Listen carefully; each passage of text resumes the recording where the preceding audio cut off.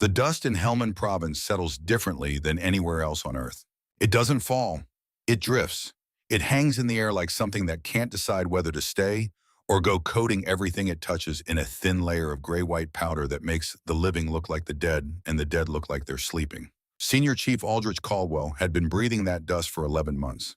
He knew its texture, its taste, the way it worked itself into the seams of gear and the corners of eyes.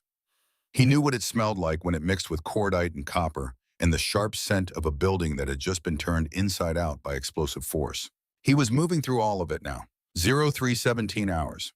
FOB Dwyer lay 4 kilometers to the southwest, and between here and there was nothing but darkness and the kind of silence that follows catastrophic sound.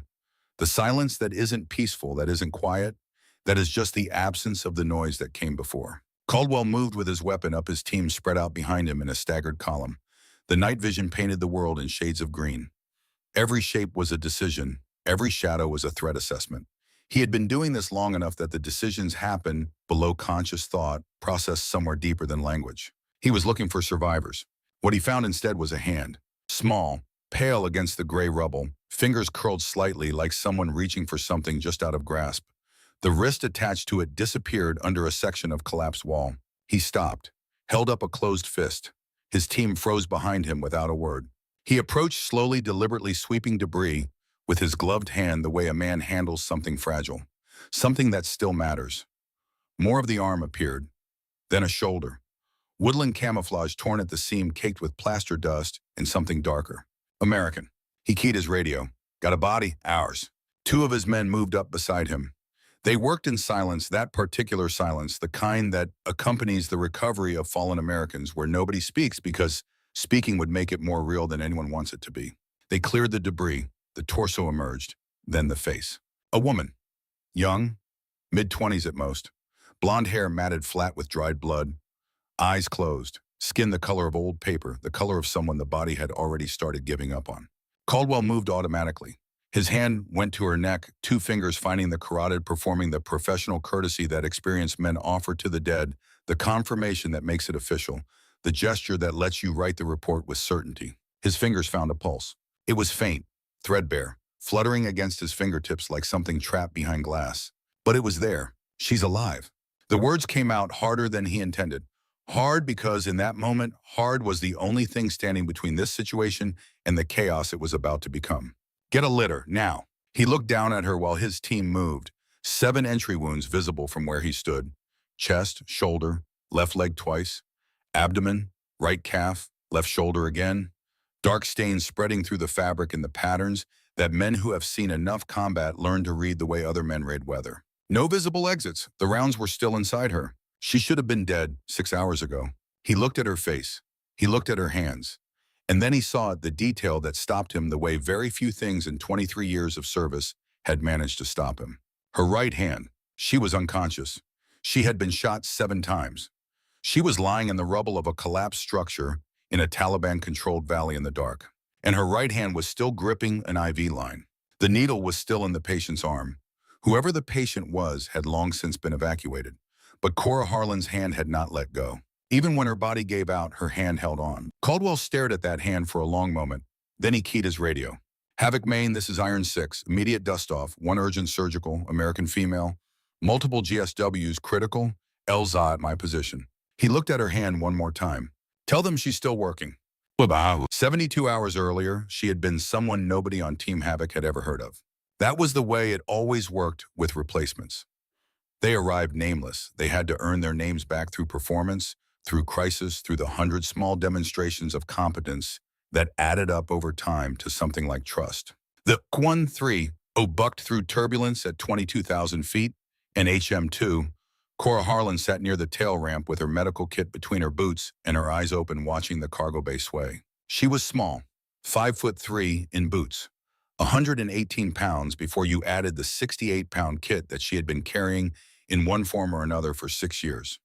The kit made her look smaller, the way a large pack makes a child look younger, and she had long since stopped noticing the looks this combination produced in the men around her. She had seen those looks in Ramadi. She had seen them in Marja. She had seen them in Sangin. The looks never changed. The mission always did. The Marine across the cargo bay had been watching her for 6 minutes. She knew because she had been counting. using the rhythm of her own breathing as a metronome, a habit her father had given her before she had words for what it was. He was a staff sergeant, face like a clenched fist, eyes that moved too much, cataloging threat assessments on everything in his field of view, including her. You the new doc? Yes. You look like you're about 12. 24. The staff sergeant leaned forward slightly, the kind of lean that was a test, not a question. She gave him nothing, held his gaze, waited. He leaned back. That was all. The loadmaster worked his way down the bay until he reached her row, made eye contact, tilted his head forward. Master Sergeant wants to see you. She unbuckled, slung the kit over her shoulder. The weight settled against her hip with the familiar solidity of something that had become structural, load-bearing part of the architecture of how she moved through the world. At the front of the cargo bay, 3 men stood over a map table. The center figure was tall, thick through the shoulders, with gray cutting through his high and tight like wire through dense material. Master Sergeant Declan Vreeland, Team Leader Havoc, 43 years old, 21 years, and a man who treated words the way snipers treat ammunition. Each one counted, each one placed, no waste permitted. He didn't look up from the map when she reached them. Reeves is out. Shrapnel femoral 3 weeks ago. He'll live. You're his replacement. She waited. Rear position. You stay there unless someone goes down. If someone goes down, you move to them. That's the job. He looked up then. The assessment in his eyes was thorough and unhurried. It started at her face and ended at her boots and came back to her face and reached some conclusion that he kept entirely to himself. Any questions? No, Master Sergeant. He nodded once, then he stepped aside and introduced the 2 men beside him. The first was built on a different scale than most human beings, 6'2", 220, with hands that looked designed for a larger species. Staff Sergeant Bruno Kellstrom, weapons specialist, a face that carried its history in scar tissue and hard angles, a mouth that had learned to compress itself flat when forming an opinion about something it didn't yet trust. He looked at her for a long moment. You ever treat a sucking chest wound, Doc? Yes. Traumatic amputation. 3 times. Something shifted in his expression. Not approval. Not yet. The slight recalibration of an accurate man who has received a data point that doesn't fit his existing model. He said nothing else. The second man was leaner, older, built for stillness, not the absence of movement, but stillness as a discipline, as the thing that remains when everything unnecessary has been burned away. Gunnery Sergeant Clay Whitfield, scout sniper, 46 years old, a man whose eyes did not move the way other men's eyes moved. They rested on things. They considered them. He didn't speak. He nodded once. Cora would come to understand in the hours and days ahead that with Whitfield, the nod was everything. She returned to her seat. The Marine across from her was asleep now. Head back, mouth open, the total unconsciousness of a man whose body had learned to see sleep wherever it appeared. Cora closed her eyes. She did not sleep. There is a kind of memory that doesn't live in the mind. It lives in the hands, in the body, in the calibrated tension of muscle and tendon that stores experience the way wood stores heat slowly, deeply, in a form that can release it again under the right conditions. Her father had understood this before she had words for it. Ray Harlan, Master Gunnery Sergeant, United States Marine Corps, scout sniper, 5 deployments across 30 years that began in the mid-1970s and ended not with a bullet, not with an IED, not with any of the things that professional soldiers accept as occupational hazards, but with a diagnosis: pancreatic cancer. Stage 4, found in November. He was gone the following May. 6 months from the doctor's office to the rifles cracking the Kansas sky above his grave. She had been 16. The memories she carried from before that, the good ones, the ones that functioned more as foundation than as grief, began much earlier. Mid-1990s, the ranch outside of Pratt, Kansas, where the wind came from the north with nothing to slow it, where the grass was the color of faded canvas, where the sky went on in every direction until it stopped meaning anything. Her father set up the target at 300 yards the first time. She was 10 years old and the rifle was almost as tall as she was, and he stood behind her and talked her through it with the patience of a man who had been doing this for 20 years. Breathe slow, in through the nose. 4 counts. Hold it. 7 counts. Out through the mouth. 8 counts. She did it. Again. She did it again. The rifle doesn't care about your fear, Scout. It only knows physics, wind, distance, the space between heartbeats. You control your breath. Your breath controls your heart. Your heart controls your hands. Everything else is just noise. He called her Scout from the beginning.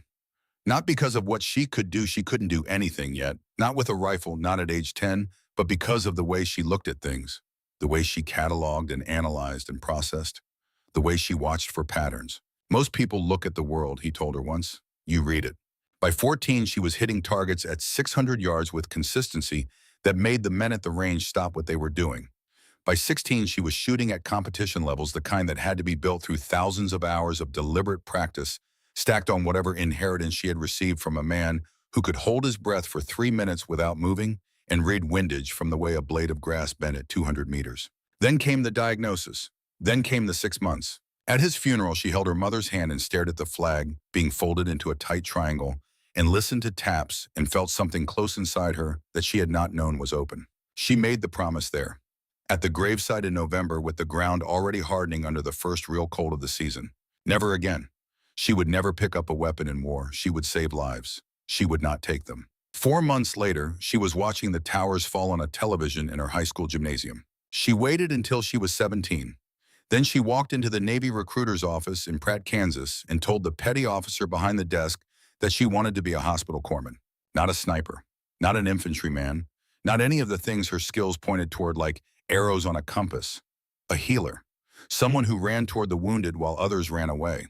The recruiter looked at her for a moment, that same cataloging look, the one she had learned to receive without expression, and slid the paperwork across the desk. She signed it.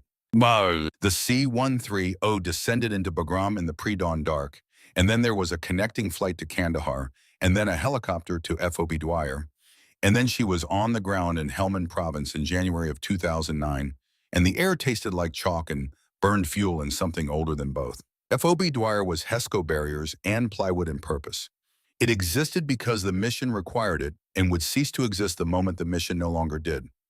Cora had been inside enough forward operating bases to understand them the way she understood field hospitals, temporary structures built around permanent necessity. She linked up with Team Havoc that afternoon. 12 of them total, 8 Marines and 4 Navy. Specialists assembled from different units and bound together by the chemistry of high-risk shared purpose. They moved around each other with the fluid unconsciousness of men who had trained together long enough that coordination had become automatic the way breathing was automatic. Core was the new variable. Variables were watched until they resolved into known quantities. She stored her kit, learned the layout of the aid station, familiarized herself with the surgical supplies and their locations. She did this quietly with the efficiency of someone for whom preparation had always been the primary form of confidence. Kellstrom watched her from the doorway of the aid station for a full 4 minutes that evening. She knew he was there. She didn't acknowledge it. She just kept working. When she turned around, he was gone. Whitfield appeared at her elbow during the mission brief that night, quiet as a change in air pressure. He stood beside her while Vreeland laid out the objective, a compound 8 kilometers northeast, a target identified as a Taliban commander's nephew, believed to be willing to defect in exchange for relocation, a man who allegedly possessed detailed knowledge of IED networks operating in the province. High value, low risk according to intelligence. 12 to 15 fighters, mostly perimeter security, in and out before sunrise. Cora listened and mapped the compound in her mind and ran through triage protocols, in parallel what she would do if contact came from the east, from the north, if they took 1 casualty, 2 more. The calculations were automatic by now. 6 years of Ramadi and Marja and Sangan had made them as involuntary as breath. After the brief, while the others were checking weapons and confirming loadouts, Whitfield materialized beside her. He said nothing for a moment. Then, your kit's organized differently from Reeves. I reorganized it. The original configuration cost 3 seconds on a needle decompression. Whitfield looked at her for exactly the length of time it took to decide something. Then he walked away. 3 hours later, on the route to the compound, she saw him pull off the column for 40 seconds. Crouching over a piece of equipment, she didn't have a designation for hands moving with the focused economy of a man doing a specific technical task in a very short window. She filed it, stored it, continued moving. They moved out at 0200. The night was moonless and absolute. Team Havoc moved through the valley like 12 shadows deciding to travel together. Cora took rear position. The medical kit rode against her spine. Her weapon was up. Her breathing was controlled. 300 meters from the compound, Vreeland raised his fist. Column halt. She went to one knee, scanned their 6. The valley behind them was still. The ridgelines above were darker than the sky. She could see the compound through the night vision. 6 structures, low-walled, clustered together in the architecture of generations, adding rooms as necessity demanded. The largest structure was central. Intelligence had placed the target there. Vreeland's hand signals were crisp. Kellstrom took 4 men left. Whitfield took 3 men right. Vreeland and the remaining 2 went straight up the middle. Cora held rear position. She counted heartbeats, controlled her breathing, listened to the radio traffic, the professional calm of men executing a plan that lived in their muscles. Havoc 1 in position, Havoc 2 set, Havoc 3 ready. Then Vreeland's voice, flat and certain as a closing door. Execute, execute, execute. The night fractured. Flashbangs lit the compound in white bursts. Breaching charges turned doors into debris. Shouts in 2 languages tangled together, the sharp crack of M4 carbines answering the deeper report of AK-47s. Cora held position, monitored, processed. Contact front, room clear. Moving to structure 2, tango down. It was running clean. The kind of execution that happened when preparation was thorough and variance was low and the intelligence was sound. That last part was where the problem lived. Then Whitfield was at her shoulder. He spoke at the volume required for the specific receiver and no more. He was transmitting 11 minutes ago, encrypted but not that encrypted. He told them where we are. He looked toward the compound center where the target was being held at low ready, a young man with frightened eyes and hands that wouldn't stay still. He's not defecting. He was delivering. The weight of it settled through her understanding in the space of one controlled breath. The intelligence was wrong, designed to be wrong. They had walked into a compound that knew they were coming, extracted a man who had called ahead to announce their position, and were now standing in a grid square that had minutes before someone arrived to collect them. She looked at Vreeland. Vreeland was looking at Whitfield. The look between them was short and total. He already knows, she realized. They moved. They moved with the compressed urgency of men who understand that speed is the variable that determines whether they leave this place or become part of it. The target was zip-tied and lifted, moving at the center of the formation. The team collapsed toward the exfiltration route. They made it 80 meters. The secondary explosion came from Structure 3, the building to the east listed in intelligence as a storage facility, checked by no one because it wasn't on the route, and the intelligence said it was empty. The intelligence was wrong about that too. The blast wave hit Cora from the left side with the indifferent power of physics applied to human bodies. She hit the ground on her right shoulder and rolled and came up on one knee before the debris started falling. Her radio was screaming. Vreeland's voice controlled by training the way a tourniquet controls bleeding. All elements status report. Now. They came back one by one. Kellstrom, 2 Marines. Minor injuries. Functional. Then silence from Whitfield's element. Then 3 is down. I have 2 inside trapped. Building is unstable. Cannot extract without assistance. Vreeland, dock Structure 3, now. She was already moving. Structure 3 had been 3/4 of a building before the explosion. Now it was a concept. 2 walls still stood at angles that suggested they were negotiating with gravity rather than cooperating with it. The roof was entirely absent. The interior was compressed archaeology layers of debris in order of destruction, the most recent on top. Cora went through the gap in the north wall. Inside was darkness and the smell of burnt concrete and the copper salt smell she had learned to navigate by the way some people navigate by landmark or by stars. Morrow, Faraday, talk to me. Here. Weak, directional, left and forward. We're here, Doc. Her weapon light cut through the haze. Corporal Dashiell Morrow, 23 years old, from somewhere outside Dallas, Texas. He was pressed against the far wall with his right leg bent at an angle that was the wrong angle, and the blood pooling beneath him was black in the white light. Femoral artery. The velocity of her assessment was involuntary. Severed based on the volume. 90 seconds to unconsciousness without intervention.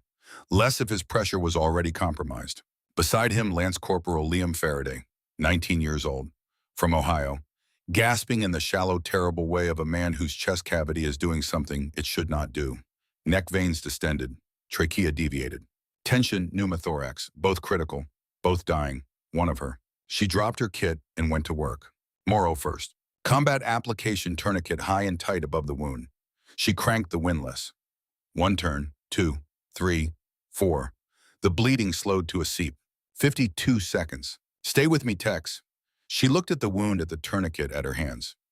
Not at his face. Talk to me. What's the first thing you're eating when you get home? Brisket, he said. His voice was thin as wire. Melissa's aunt makes. Good. Keep talking about brisket. She turned to Faraday. The needle was already in her hand. 14 gauge. She found the second intercostal space mid-clavicular line, the landmark her instructors had made her find 1,000 times on plastic dummies until it was as automatic as reaching for a light switch. She positioned the needle.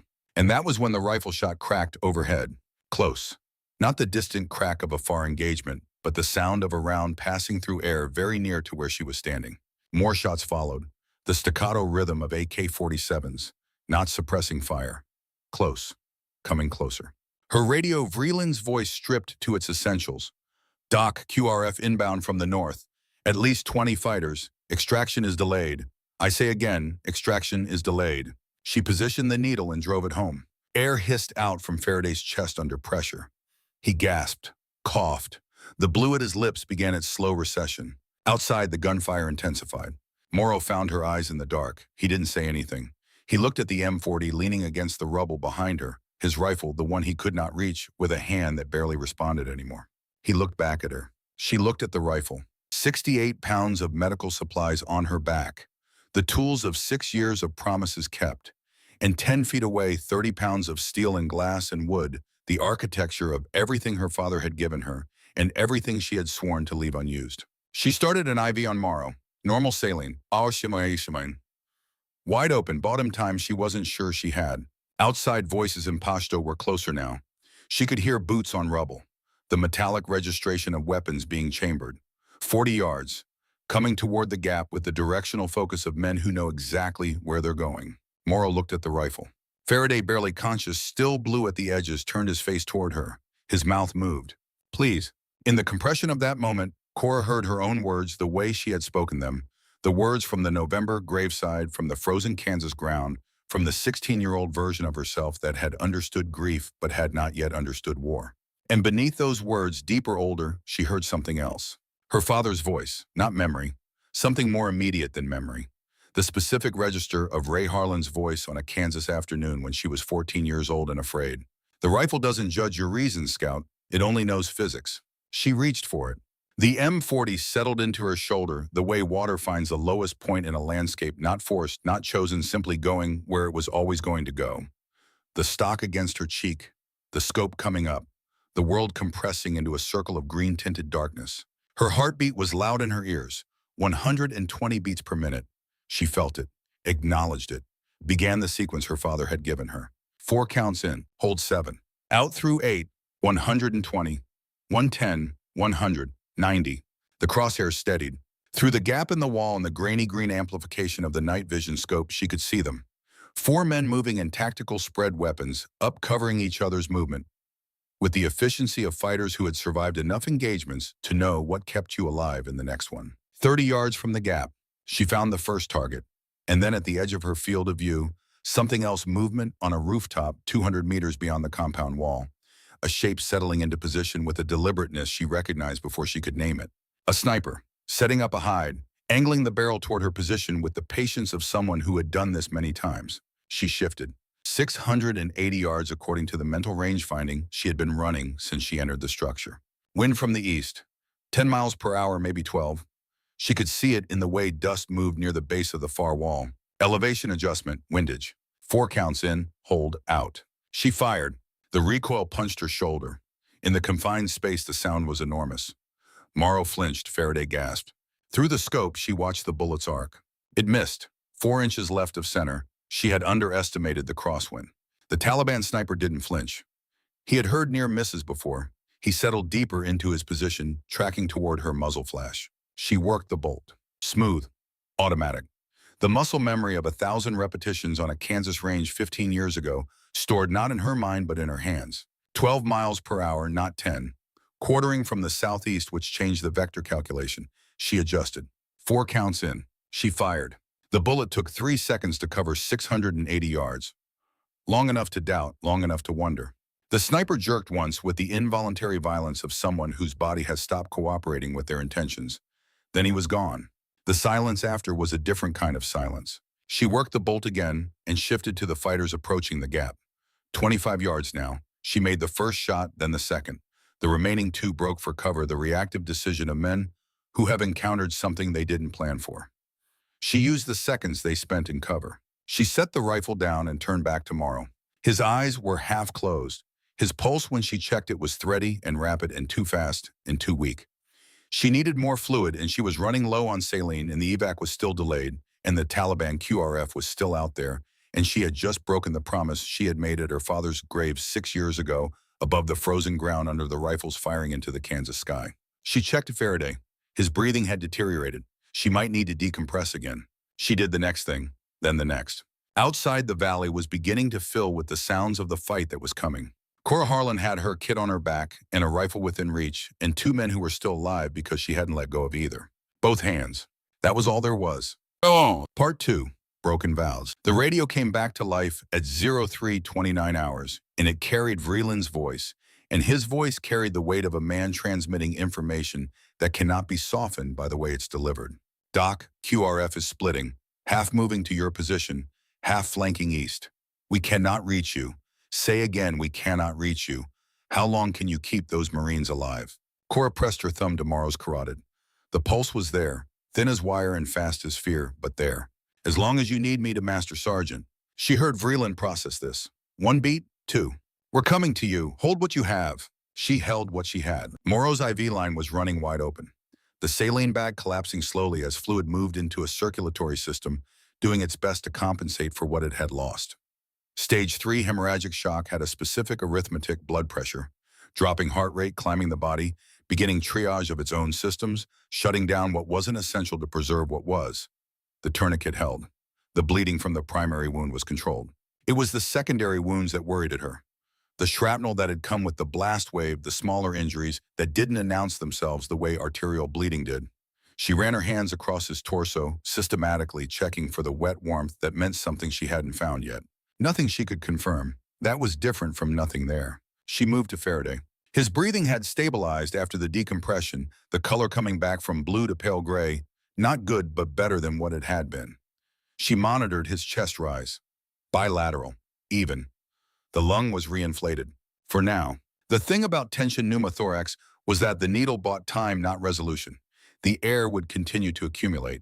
She would need to decompress again, and she had a limited number of 14-gauge needles in her kit, and she needed to start thinking about that arithmetic alongside everything else she was tracking. She was thinking about all of this when the footsteps started again. Not from the gap in the north wall this time, from the east wall.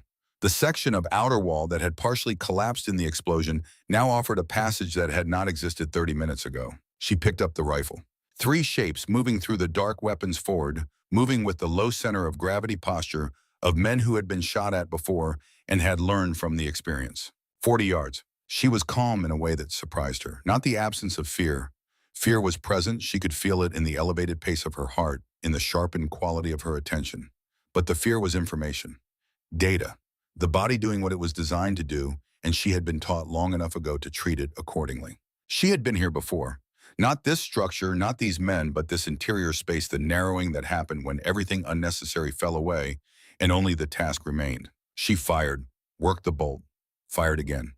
The third man broke for cover. She tracked him, waited until he stopped moving, and fired. Silence from that direction. She set the rifle down and checked Morrow's pulse. Still there. She was starting Faraday's second IV when she heard the sound above, not the random debris fall of an unstable structure, but the deliberate weight of a person moving across what remained of the roof. Controlled steps, measured intervals. She had the rifle up when the shape dropped through the gap where the ceiling used to be. American flag patch. She registered it in the half-second before her trigger finger would have completed its question. Whitfield landed in a crouch and came upright in the same motion. Weapon up, scanning corners, the full rotation of a man who has just entered an unknown space. His eyes moved from the north wall gap to the east wall gap to the 2 bodies on the ground to the rifle in Cora's hands. He held on the rifle for 1 additional second. Sit rep, he said. She gave it to him without preamble. Morrow's condition. Faraday's condition. Time of tourniquet application. Needle decompressions performed. Current fluid status. Estimated time before she needed to decompress Faraday again. Whitfield listened, moved to the east wall, and went to 1 knee covering the gap. 3 contacts from the north, neutralized. 3 more from the east, also neutralized. Machine gun team at approximately 800 yards east-northeast has had our position suppressed for the past 6 minutes. Whitfield looked at her over his shoulder. Something in his expression shifted. He keyed his radio. Havoc 1-3. I'm with Doc and the casualties. East wall cleared. Gun team at 800 northeast. Suppressing primary exfil route. Cannot move casualties in current condition. Vreeland, what's your angle on the gun team? Whitfield looked at Cora. She had already run the calculation. The gap in the east wall gave a sight line to the elevated ridge where the machine gun team had set up. Not ideal shooting uphill changed the ballistic solution, but workable. 810 yards. Elevation change puts effective range at roughly 750. Wind quartering from the southwest now, 12 miles per hour. Whitfield relayed the numbers. Vreeland, who's shooting? Whitfield didn't hesitate. Doc. The silence on the other end lasted exactly as long as it needed to. Copy. Make it clean. She moved to the gap in the east wall, settled into a supported prone position in the rubble, found the gun team through the scope. 2 men, one behind the weapon, one feeding ammunition. The professional partnership of a crew-served system operated by people who knew what they were doing. The gunner moved unhurried, systematic, the behavior of a man who understood he had overwhelming firepower and was in no rush. 810 yards. Uphill 18 degrees, treat effective range is 750. Bullet drop at 750 yards with .308, Winchester 162 inches. Wind drift at 12 miles per hour, quartering from the southwest 28 inches. She adjusted the scope. She let her heartbeat slow to the space between its own contractions. The crosshair settled on the gunner, center mass. She fired. The flight time was just under a second. The gunner fell. The ammunition feeder looked around in the confusion of a man whose partner has just stopped functioning without warning.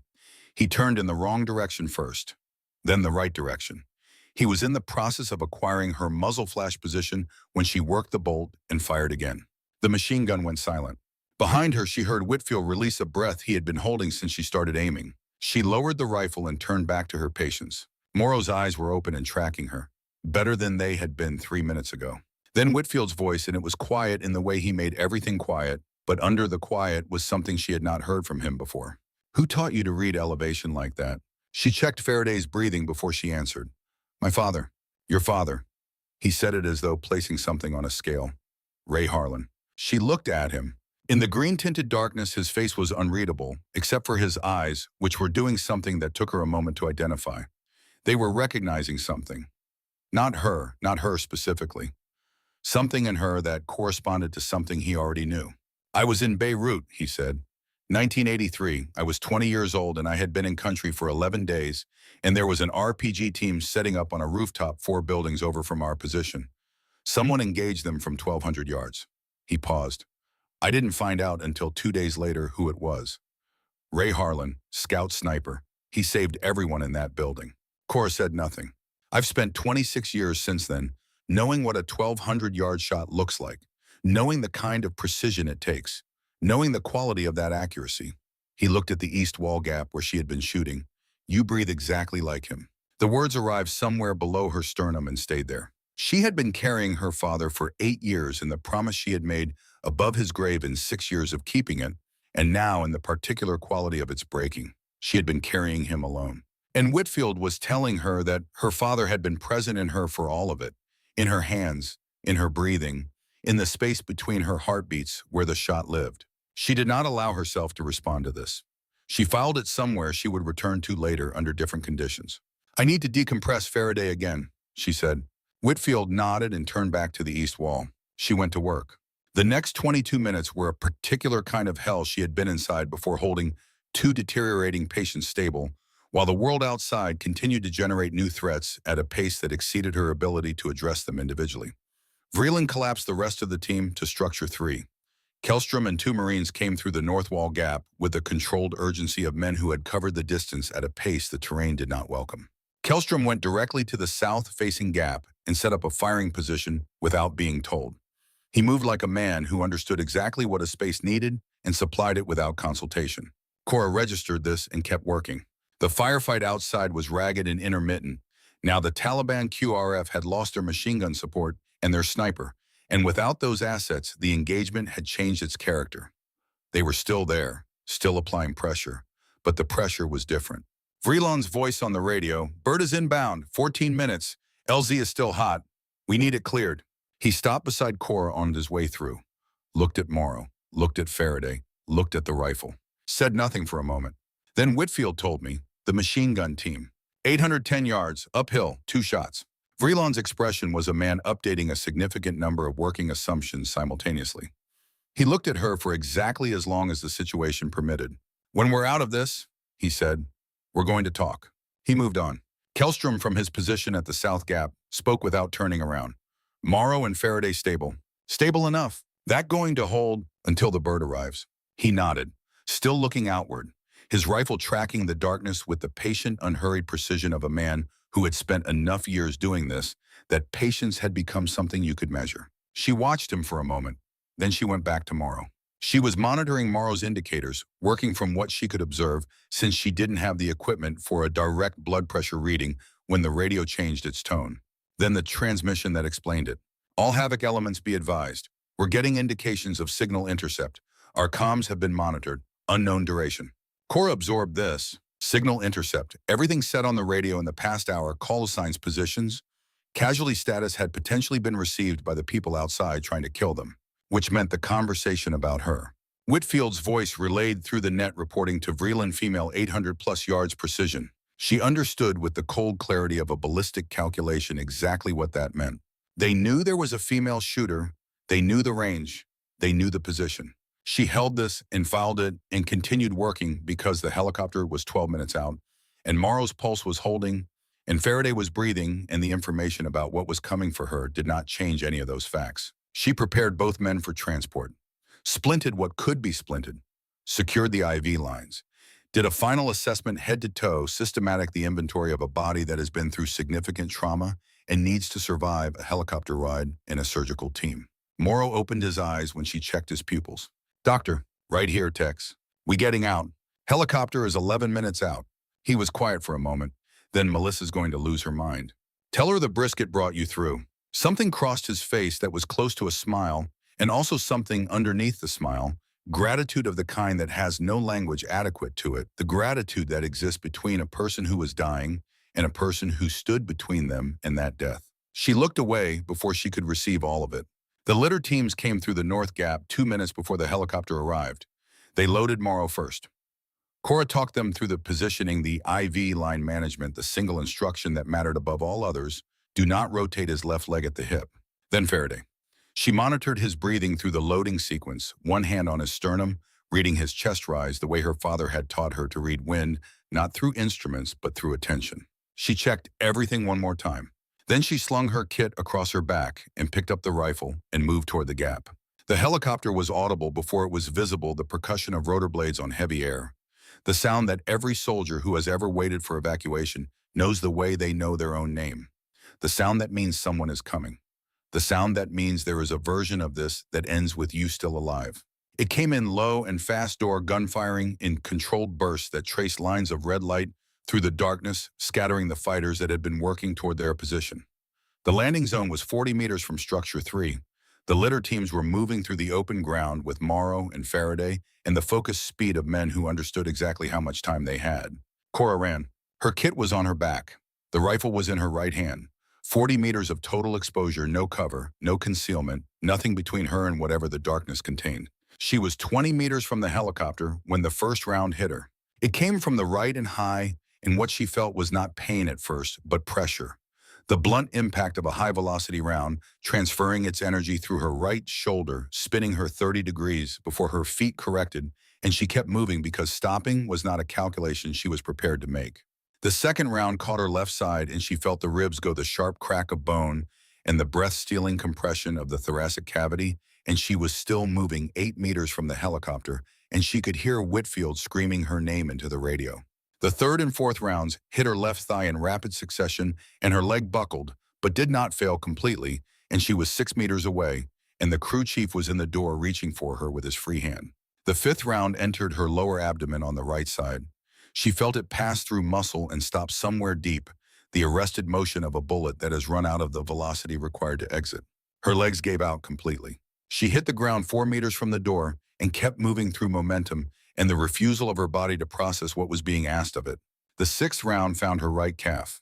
The seventh caught her left shoulder as Whitfield's hands reached her, his grip closing on her kit harness, dragging her the remaining distance. She went through the helicopter door, and the crew chief had his hands on her, and the engines were at full power, and the ground was falling away. And through the narrowing of her vision, she could see the door gunners' tracer fire descending into the darkness below, and she counted. 7. She had felt each one arrive, had assigned each one its number as it happened, the way her father had taught her to number targets.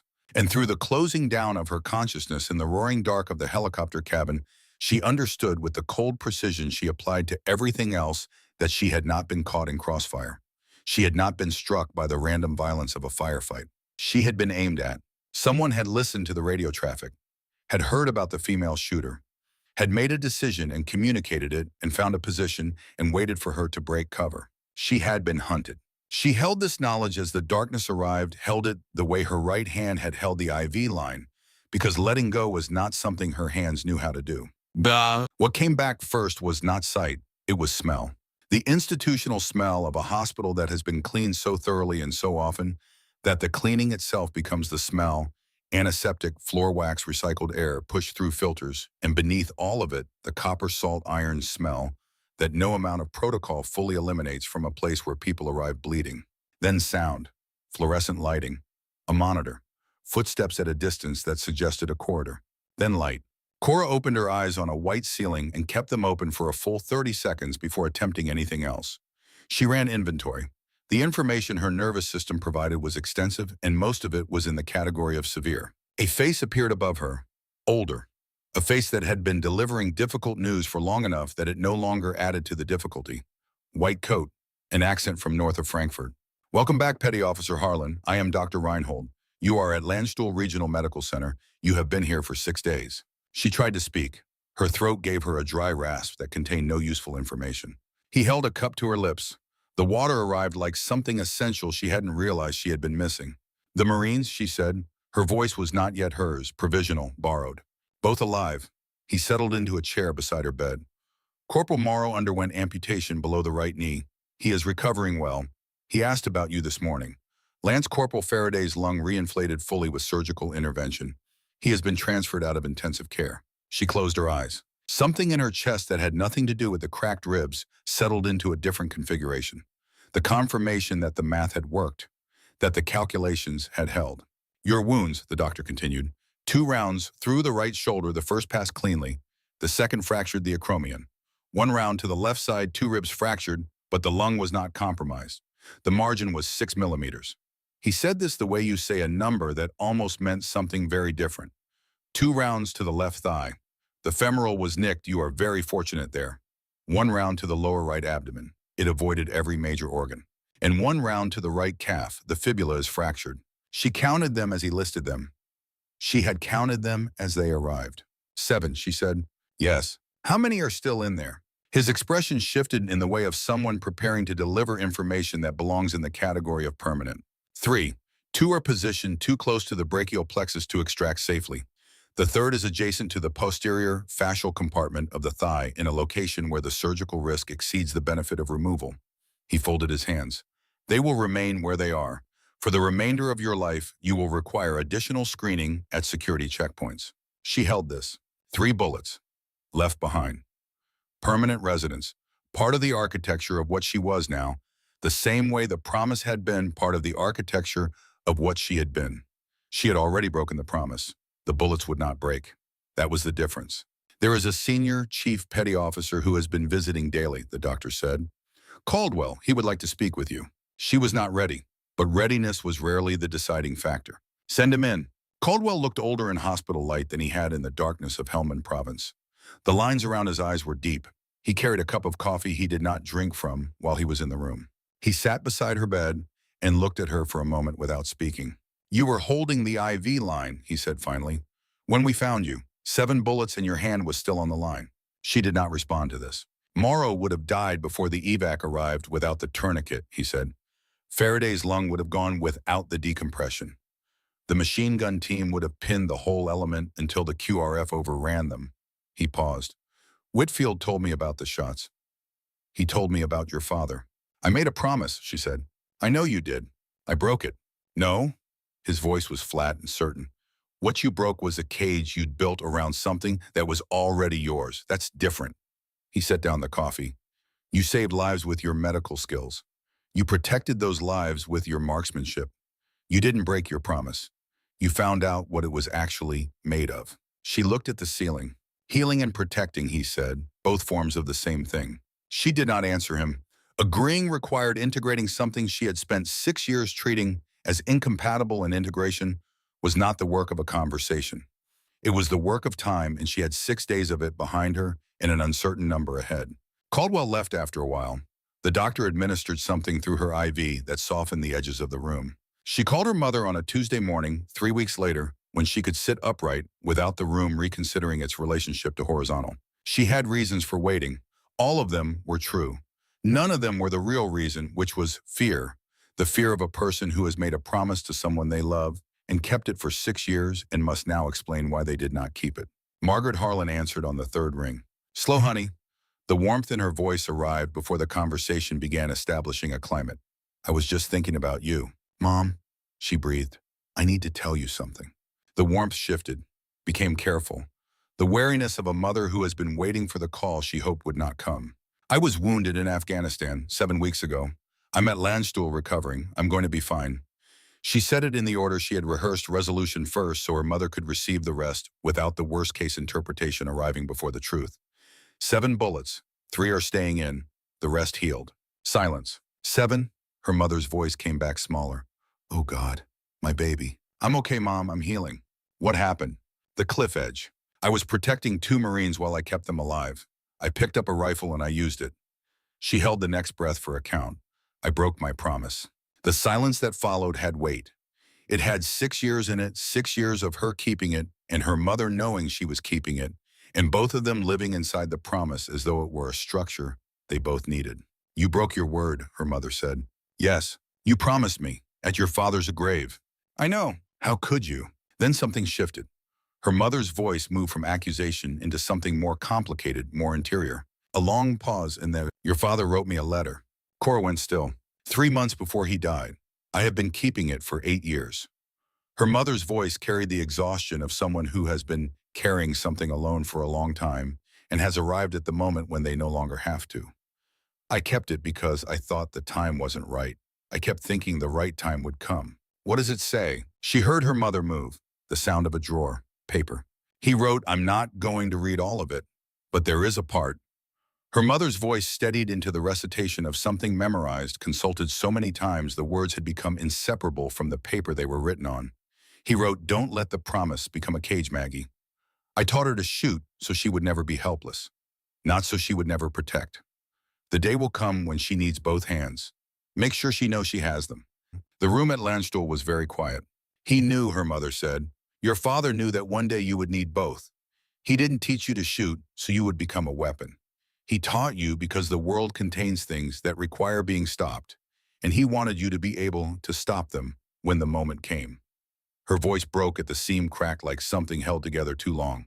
I should have given you that letter 6 years ago. I should have given it to you the day you enlisted. Mom, I was afraid. That is what it is to love someone who runs toward the dangerous things. She was crying now, the quiet crying of a woman who has held it in until holding it in is no longer possible. I thought if I kept the promise alive, I could keep you safer. And the whole time your father had already told me that wasn't how it worked. Cora found that she was crying too.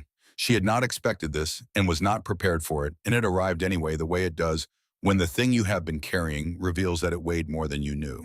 The promise wasn't his, her mother said. It was mine. I needed you to make it. And I used his death to ask you for something he never asked for himself. They held this together, 2 women separated by an ocean, and a war joined by the voice of a man who was present in both of them in ways that had not been fully spoken until now. Come home when you can, her mother said finally, when they release you. Come home and we'll talk properly. I will. I love you, Slow. I love you too, Mom. She set the phone down and looked at the window and did not move for a long time. Outside, the German sky was the pale gray of February. Inside, 3 bullets that would never leave rested against the structures they had chosen permanent and inert. And a promise that had been a cage rested against nothing at all because her father had already opened the door and her mother had finally told her. Both hands. He had always meant both hands. Usai. She was discharged from Landstuhl on a Tuesday in early March with 3 permanent residents inside her and a letter she had memorized by then, and she flew back to the States with the particular lightness of someone who has set down something they had been carrying in the wrong direction. She was cleared for limited duty 6 weeks after that, and back at Camp Pendleton 7 weeks later, and the California sun on the mountains was gold and indifferent to what she had been through, which she found unexpectedly to be a comfort. Team Havoc was running close-quarters drills in the mock village when she found them. She stood on the observation deck and watched the movement. She recognized Vreeland and Kellstrom and Whitfield, A few new faces, the fluid collective efficiency of people who had trained together long enough that individual movement had become indistinguishable from team movement. When the drill ended, Whitfield saw her. He crossed to the base of the observation deck, looked up at her, said nothing. Then very slowly he nodded once. With Whitfield, she had learned the nod was everything. The others followed. Kellstrom crushed her hand in a grip that tested the healing shoulder, and she did not show this. Vreeland gave her a look that contained several conversations compressed into a single expression. The new corpsman, Garrett Sully P., 03, 22 years old, fresh from field med, stood to the side with the uncertain energy of a man who wasn't sure where he fit in a situation he had walked into halfway through. She recognized that feeling. Vreeland called them together. He told her about the program, Special Amphibious Reconnaissance Corpsman with Designated Marksman Qualification, dual role, being piloted at SOCOM's request. The first class would be small. The curriculum didn't exist yet. They wanted her to build it. Kellstrom to her left crossed his arms. His face was the face of a man arriving at an objection he had been assembling for the entire conversation. With respect. He looked at her directly, not at Vreeland. The respect in that was real. He was disagreeing with her, not around her. In a crisis when there's no choice, yes.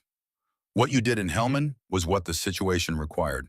But this program is asking something different. It's asking one person to carry both roles into every mission with intention, with planning. And the day you prioritize the wrong one, the day you're thinking about the shot when you should be thinking about the patient, someone dies with a tourniquet half applied. The courtyard held the quiet of a group of people receiving an argument that cannot be dismissed. Cora looked at him. "You're not wrong," she said. He blinked. This was not the response he had prepared for. "The risk you're describing is real. I can't tell you that integrating two high-stakes skill sets carries no risk of interference. It does." She paused. "So does having one person who can only do one thing when what the situation needs is both at the same time." Kellstrom said nothing.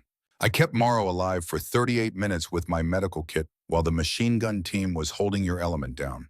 Then I took the shot and went back to Morrow. I didn't choose between them. I sequenced. That's what the training is for, not to eliminate the choice, but to make the sequencing fast enough that both survive." Kellstrom held her gaze for a long moment. His arms were still crossed. He did not agree, but he did not push further.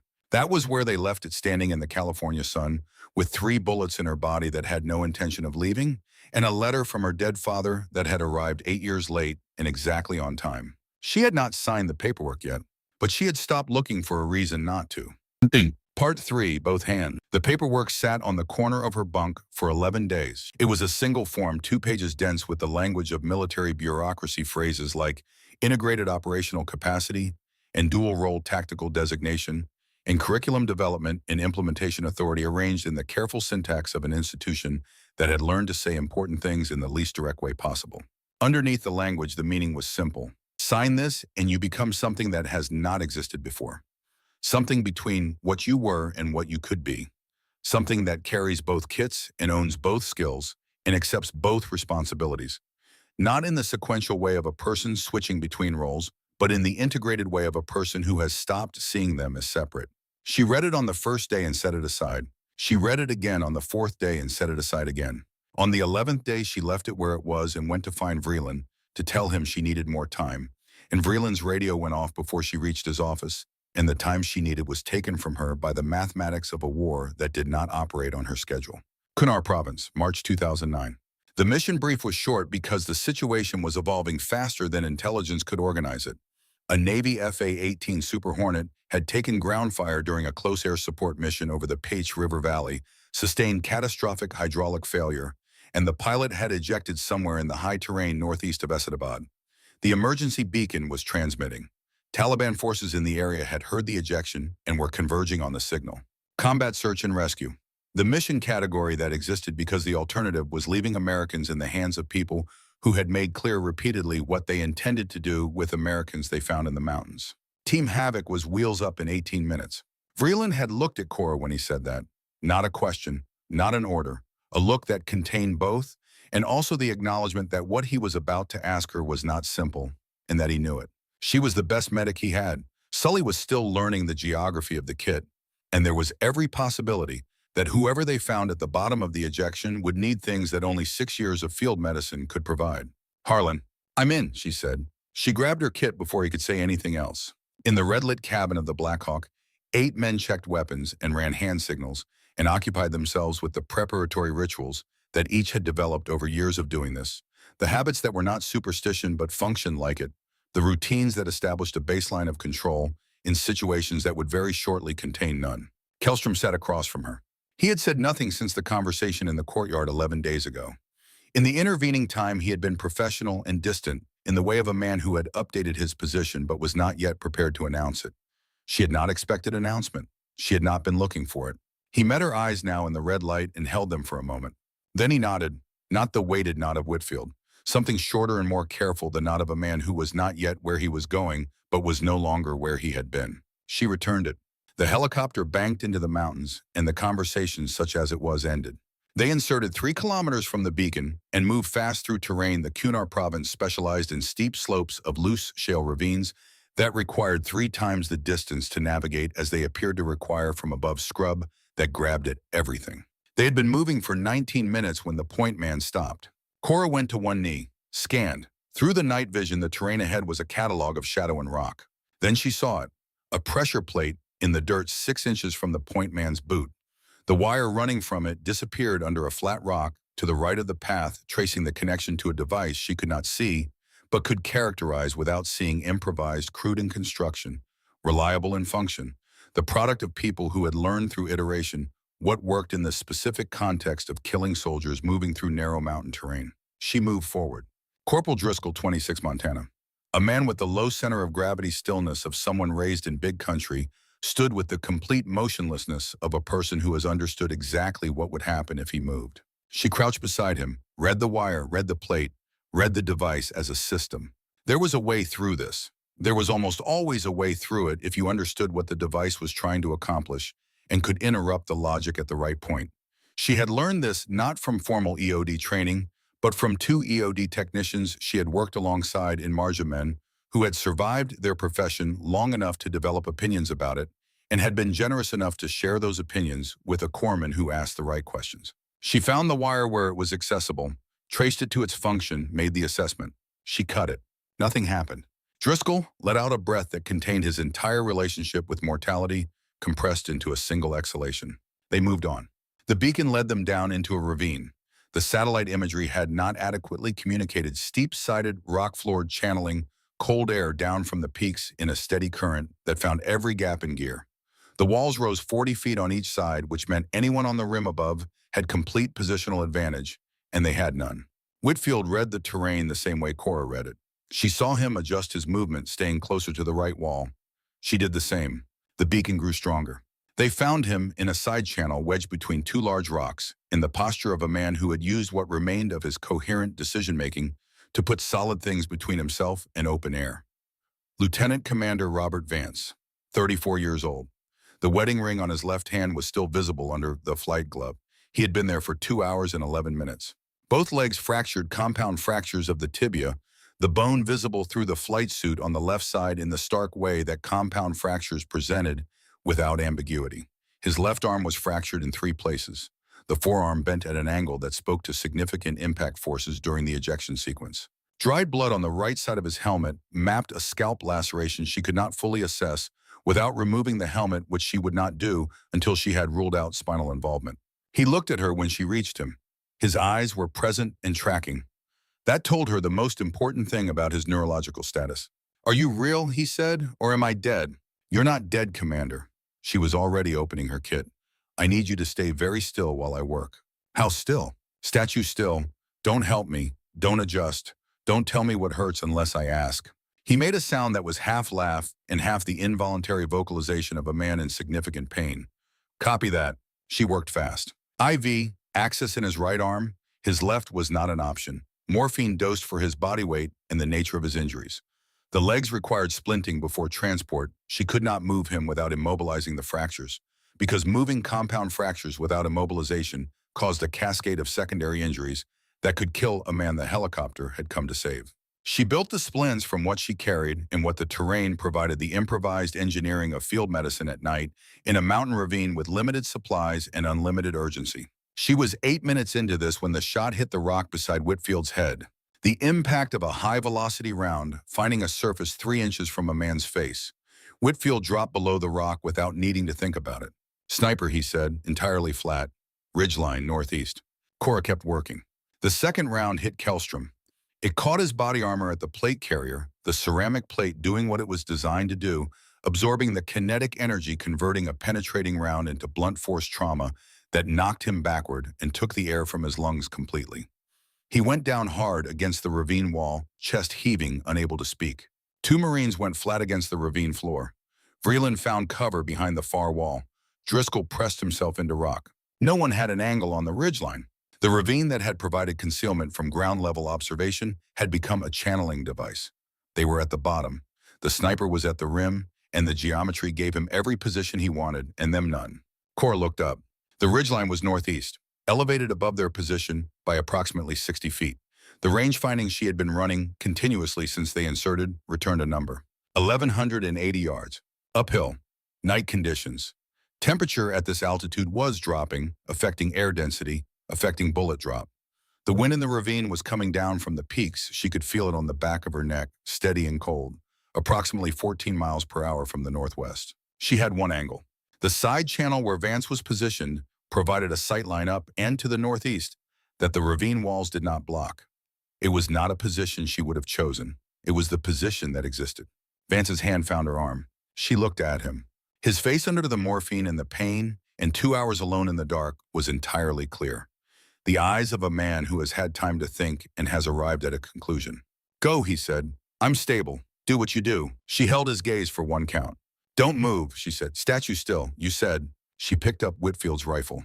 He had set it down when he pulled Kellstrom to the ravine wall, and it was there against the rock, and she took it without asking, because there was no time for asking, and Whitfield, from his position 20 feet away, watched her take it and said nothing. He had understood since Hellman what she was. He had been waiting for this since then. She moved into the side channel. Prone. The rock was cold through her gear. She found the scope and let the optics adjust to the darkness. She found him. 1,180 yards. He had chosen his position before they arrived, anticipating the ravine, understanding how the terrain would channel them, placing himself where the landscape gave him the most time and the most coverage. He was prone, bipod-mounted, working a bolt action with the unhurried patience of a man who knew his targets had nowhere to go. She ran the numbers. 1,180 yards. She treated effective range as 1,100 due to the uphill angle. 18 degrees of elevation meant the bullet's flight time was longer, but gravity's horizontal component was reduced. Bullet drop at 1,100 yards with .308 Winchester, 387 inches. Wind drift at 14 miles per hour from the northwest, quartering into her shot from the left, 42 inches. Uphill angle compensation reduced her elevation setting by 2 minutes of angle. She adjusted the scope. She found him again in the circle of the optic. He was tracking toward Vreeland's position. He had not located her. She was at the bottom of a side channel shooting uphill from a position he would not have anticipated, and she had perhaps 15 seconds before his systematic scan would bring his scope across the channel and find her muzzle. 4 counts in. Hold 7. Out through 8. Her heart rate was not 120, not 100. 82 beats per minute. She could feel the space between them. The pause her father had called the metronome, the silence in which the shot lived. The crosshair held on center mass. She fired. 3 seconds. She counted them the way she had been taught, not as units of anxiety, but as units of physics. The objective time required for a projectile to travel a specific distance through a specific medium under specific conditions. The bullet was not uncertain about whether it would arrive among. The bullet only knew physics. 1, 2, 3. The sniper came off the bipod. Not the dramatic fall of the cinema, a real fall, a body ceasing to function, and the interruption of all the small muscular adjustments that keep a living person upright. He went sideways off his position and was gone from her scope. Silence from the ridgeline. Cora held position for 2 counts, scanned for secondary threats. Nothing moved. She set the rifle down and returned to Vance. His pulse was what it had been. The IV was running. The splints were holding. He was looking at her with an expression the morphine and the pain and the altitude had not entirely obscured. 1 shot, he said. She checked the splints, adjusted the left leg. Stay still. 1 shot, at that distance. She checked his pupils, bilateral equal reactive. My father taught me, she said. 1,200 yards was Tuesday afternoon for him. Vance was quiet for a moment, then, what happened to him? Pancreatic cancer, 2001. He absorbed this, looked at the ceiling of rock above them. He know you turned out like this. She looked at Vance's wedding ring, at the hands that had flown a $50 million aircraft at 500 knots and had now been reduced to lying still in a mountain ravine, trusting a corpsman he had met 9 minutes ago. He left a letter, she said. Took me a while to get it. She finished the assessment and sat back on her heels. Okay, she said. You're going home, Commander. The extraction took 23 minutes. Without the sniper's overwatch position, the Taliban fighters converging on the ravine were blind to the team's movement and had to navigate the same terrain disadvantages the team had been navigating. Vreeland managed the extraction with the methodical efficiency that was his particular form of competence. The litter was built from what they had and what the mountain provided. Vance moved without complaint through what had to be significant pain, the tolerance of a man who had decided that complaint was a cost he was not willing to impose on the people carrying him. Kellstrom took a position at the rear of the extraction column. He was still breathing carefully, the measured respiration of a man whose ribs were reporting significant unhappiness about recent events. The body armor had done its job. He would have bruising that turned colors for 2 weeks and a cracked rib that would ache for 6. He was functional. When they reached the LZ, while the helicopter was inbound and the team was establishing the perimeter, and Cora was doing a final assessment on Vance before load, she felt Kellstrom's presence to her left without hearing him approach. He had the stillness that large men sometimes develop, the decision to take up less space than their physical dimensions required. She did not look up from Vance. 1,180 yards, Kellstrom said. In a ravine, uphill. She checked Vance's estimated blood pressure. Working from indicators. Acceptable. 14-mile-per-hour crosswind, Kellstrom continued. At night. The morphine is going to wear off before he reaches surgical, she said to no one in particular. Tell the crew chief. One shot, Kellstrom said. She looked up at him. His face in the pre-dawn dark was the face of a man doing something that required significant internal reorganization and had decided to do it anyway. Not comfortable, not easy. Something harder than both the effort of a person revising a firmly held position in real time without the luxury of doing it privately. He said nothing else. He didn't need to. She returned to Vance. The helicopter arrived. They loaded him with the care of people who understood that the last 30 seconds before a casualty reached surgical was not the time to lose what they had spent 2 hours building. Vance grabbed her hand as they slid the litter toward the door. Tell your father, he said. She looked at him. Wherever you carry him, Vance said. Tell him it worked. She held his hand for one count. Then the crew chief was there, and the door was open, and the rotors were at full power, and the mountain fell away below them as the Black Hawk climbed. She sat in the door of the helicopter on the way back and watched the Kunar province recede into darkness. 3 bullets still inside her. A letter from her father that had arrived 8 years late and on time. 2 men in Landstuhl who were alive because she had done 2 things at once. A pilot heading towards surgical who would fly again. A war that would continue to require both things from her, the healing and the protecting the kit and the rifle without asking her permission and without accommodating her preferences about which one she wanted to be. She had known this since the moment she picked up Morrow's M40 in Structure 3 with the Taliban 30 yards from the gap and Faraday's lips going blue. She had just needed the time to understand that knowing it and accepting it were not the same action. The following morning, she woke before dawn. She did not run the argument again. The one she had been running for 11 days, the one that rehearsed every version of Kellstrom's objection and every version of her response. She was done rehearsing. She dressed, made coffee in the unit kitchen while the rest of the building slept, drank it standing at the window watching the California dark hold its ground against the first gray suggestion of the east. Then she walked back to her bunk. She picked up the paperwork, read it one more time, not to find something new, but to confirm that what she had already understood was still true. It was. She had not resolved the uncertainty. She had decided it was no longer the deciding factor. She signed it. She set the pen down and looked at what she had just made official and felt not relief, not triumph, but readiness. The readiness of someone who has decided that the uncertainty is not a reason to wait, because the situations that had required her to be this thing had not waited, and the next one would not wait. She set the paperwork on Vreeland's desk at 0542 hours before anyone else was in the building, without ceremony, without announcement. She was gone before he arrived. When she walked back through the unit bay, she found something on her kit. A box of .308 Winchester rounds. Federal premium match grade. The ammunition a man who understood precision shooting chose when the shot was the one that mattered. Beside it, a chocolate bar. No note, no name, no indication of who had placed them there. She looked around the bay. At the far end, Staff Sergeant Bruno Kellstrom was at his bench, cleaning his rifle with the unhurried focus of a man who had nothing on his mind except the thing directly in front of him. He did not look up. He did not glance in her direction. He was simply there performing the morning maintenance ritual that kept a precision instrument functioning at the level its purpose required. She looked at the box of rounds, at the chocolate bar. She understood what they were. Not an apology. Kellstrom had nothing to apologize for. His objections had been professionally grounded and honestly stated. Not a concession. The concerns he had raised were still real, and he knew she knew it, and the box of rounds did not pretend otherwise. They were something quieter than both. An acknowledgement. The communication of a man who expressed respect through action rather than language, who had watched three separate things, Helman the courtyard Kunar, and processed them, and arrived at a position and had chosen to express that position not with words which would have required him to perform a revision in public, but with two objects on a kit which said what needed to be said without requiring anything from either of them. She set the chocolate bar back on her kit and put the ammunition in her pack. She went to find Vreeland. So, 6 weeks passed in the way weeks pass when they are full, not quickly, not slowly, but with the compressed density of time that contains significant things.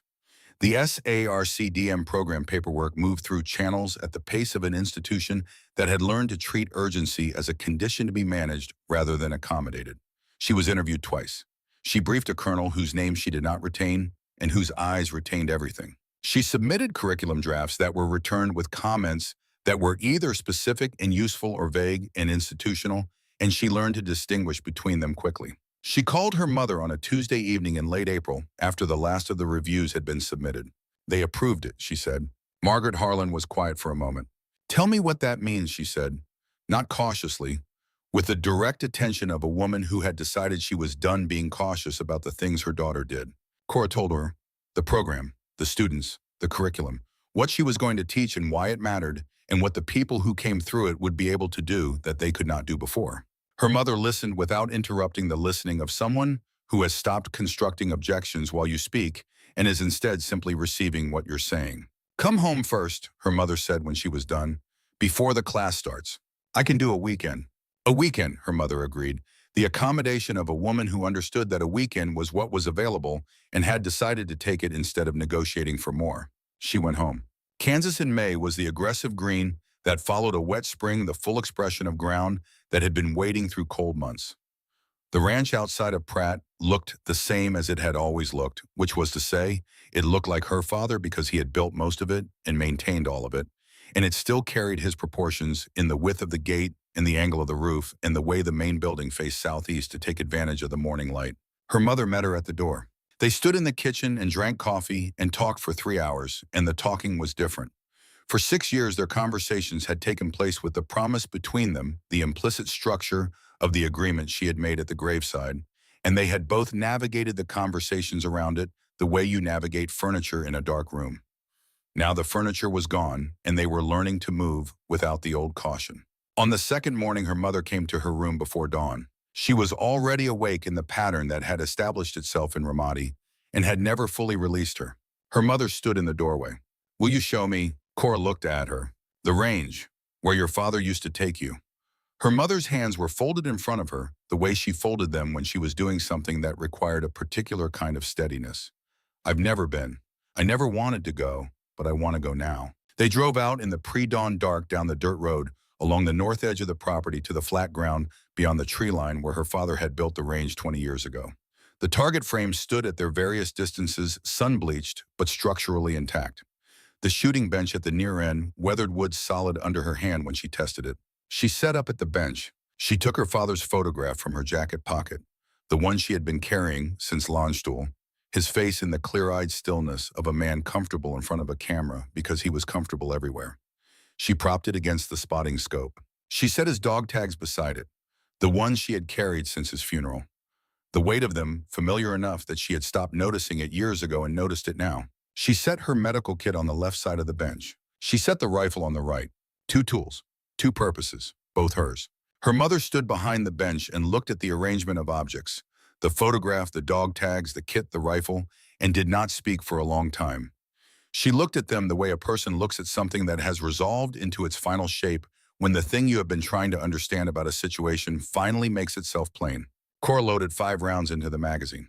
She settled into position, found the target at the far end of the range through the scope, 1,000 yards, her father's preferred distance for what he called serious practice, the distance at which the accumulated effect of every small error in execution became undeniable and therefore correctable. The Kansas air in May was still before the wind came up. For these few minutes between the dark and the day, it was entirely calm. 4 counts in. Hold 7. Out through 8. She fired. The round traveled 1,000 yards and found the center of the target. She worked the bolt and fired again. And again. 5 times. 5 rounds. 5 impacts in the cluster her father had taught her to call a group, the measurement of consistency. The proof that what you did the first time was not accident, but architecture. 5 bullseyes. The sound of the last shot rolled out across the Kansas morning and kept going the way sound traveled in flat country, carrying its news further than you could see. She lowered the rifle. Her mother's hand came down on her shoulder, not the tentative touch of someone uncertain of their welcome. A full hand settled with weight, the grip of a woman who had decided to hold on. Cora did not turn around. Neither of them spoke. They stood together in the quiet of two people who have arrived somewhere that required a long journey to reach, who have discovered that the destination is not a place but a posture, not an answer but an orientation. The willingness to hold two things at once, to be both, to refuse the comfort of choosing. Her father's photograph leaned against the spotting scope. She thought about what Vance had said in the helicopter. "Tell him it worked." "It worked, Dad," she said quietly. The words went into the Kansas morning, the way the shots had gone clean and direct and traveling further than she could see. The wind came up then from the north, the way it always came in Kansas, crossing the flat land with nothing to slow it. She felt it on her face and in her hair and against the flag of her father's dog tags where they rested against the wood of the bench. Her mother's hand tightened slightly on her shoulder. One small adjustment of grip, the gesture of someone who has decided they are done letting go. They stayed until the sun was fully above the horizon. Then Cora picked up the dog tags and put them back around her neck. She broke down the rifle and packed it alongside the medical kit, the same bag, the same weight distributed across both shoulders, the way it had been in Structure 3 when there was no time to choose and no reason to. They walked back to the truck together, and the morning came on around them, and the range was behind them. Ahead was everything else. In 8 days, she would stand in front of 16 students at Coronado, 8 corpsmen learning to shoot, 8 snuppers learning to save, all of them skeptical. She understood that too. She had been skeptical herself, standing in a Kansas field at 10 years old with a rifle almost as tall as she was, not yet knowing that the thing her father was giving her was not a weapon, but a vocabulary. A language for saying the things that could not be said any other way. She would teach them that language, the same way Ray Harlan had taught it to her on a flat piece of Kansas ground in the mid-1990s, in the long afternoons before everything changed, one breath at a time, one heartbeat, one shot. She picked up the dog tags from the bench and put them back where they belonged. Her mother was already walking toward the truck. Cora followed. The range was behind her. Everything else was ahead.